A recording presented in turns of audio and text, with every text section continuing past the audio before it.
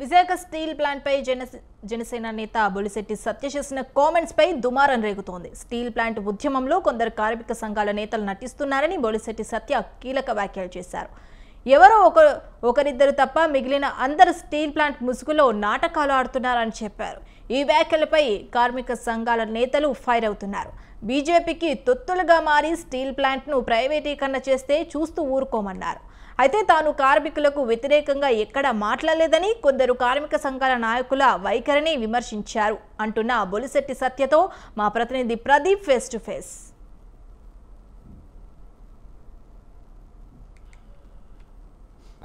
వ్యాఖ్యలు బొలిశెట్టి సత్య గారు చేసిన వ్యాఖ్యలు ఎటువంటి వ్యాఖ్యలు చేశారో, కార్మికులపై ఎటువంటి ఉద్దేశంతో వ్యాఖ్యలు చేశారో మరిన్ని విషయాలు బొలిశెట్టి సత్య గారు మనతో పాటు ఉన్నారు. మరిన్ని విషయాలు అడిగి తెలుసుకుందాం. సార్ చెప్పండి సార్, కార్మికులపై చేసిన వ్యాఖ్యలు చూస్తే కార్మికులకు మీరు వ్యతిరేకత లేకపోతే ఎటువంటి ఉద్దేశం మీద మీరు ఆ వ్యాఖ్యలు చేశారు సార్?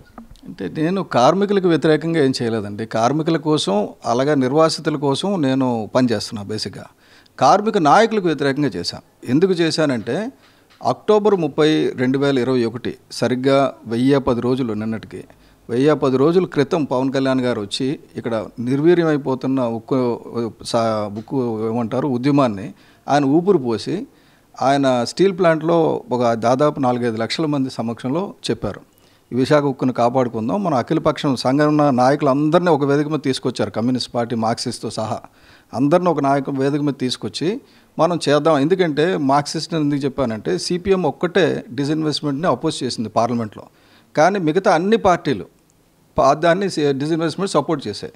కాబట్టి డిస్ఇన్వెస్ట్మెంట్ అనేది ఇప్పుడు మన పార్లమెంటు ఆమోదించిన పథకం. సో డిస్ఇన్వెస్ట్మెంట్ని మనం క్యాన్సిల్ చేయడానికి లేదు. It's a right. Already parliament decide చేసింది. ఆ పార్లమెంట్ కంటే పెద్దది లేదు నిర్ణయించడానికి. కాబట్టి మనం డెఫినెట్గా కేంద్రాన్ని కన్విన్స్ చేయాల్సిన అవసరం ఉంది.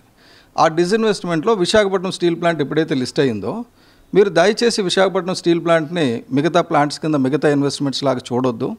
ఇది భావోద్వేగాలతో ముడిపడింది, సెంటిమెంట్తో ముడిపడింది. ముఖ్యంగా 32 మంది ప్రాణాలు కోల్పోతే త్యాగం చేస్తే వచ్చిన ప్లాంట్. కాబట్టి దీన్ని డిస్ఇన్వెస్ట్ లిస్ట్ నుంచి పక్కకి తప్పించండి అని మొట్టమొదట February 10, 2021 పవన్ కళ్యాణ్ గారు వెళ్ళారు.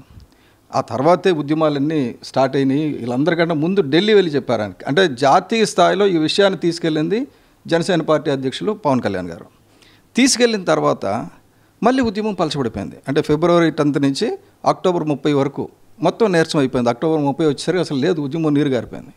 మళ్ళీ అప్పుడు ఉద్యమానికి మళ్ళీ ఊపిరి పోసే విధంగా ఆయన ఒక పెద్ద బహిరంగ సభ పెట్టి ఆ సభకి వెనకతల జనసేన పార్టీ లేకుండా, లోగో లేకుండా అన్ని పార్టీలు కలిపి చేసిన ఉద్యమం పార్టీలా తీసుకొచ్చి అందరి నాయకుల్ని, అన్ని సంఘాలని పిలిచి అందరినీ కలుపుకొని ముందుకెళ్ళాలని చెప్పారు.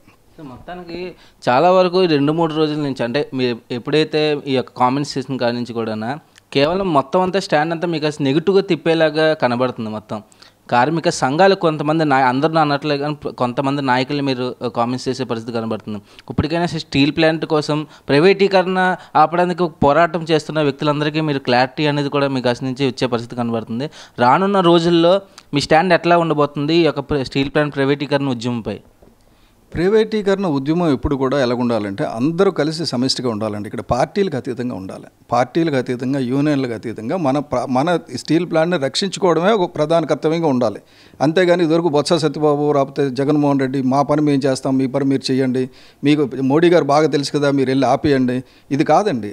రాష్ట్ర ప్రభుత్వం, కేంద్ర ప్రభుత్వం, ఈ 2 ప్రభుత్వాలు మనం కార్మికుల తరపున ఒక ఐక్య పోరాట సమితిలాగా పెట్టుకున్నాం. కాబట్టి ఈ పోరాట సమితి ఏం చేయాలంటే ముందు రాష్ట్ర ప్రభుత్వం దగ్గరికి వెళ్ళి, అయ్యా దీన్ని మేము కాపాడుకుంటాం, మా రక్తాన్ని స్వేదాన్ని చెందించి మేము కాపాడుకుంటాం, మా కార్మికులు ఉన్నారు, మీరు అఖిలపక్షం ఇవ్వండి, మోడీ గారి దగ్గరికి వెళ్దాం అన్నారు. ఇప్పటివరకు అనలా, ఈ రోజు వరకు అనలా.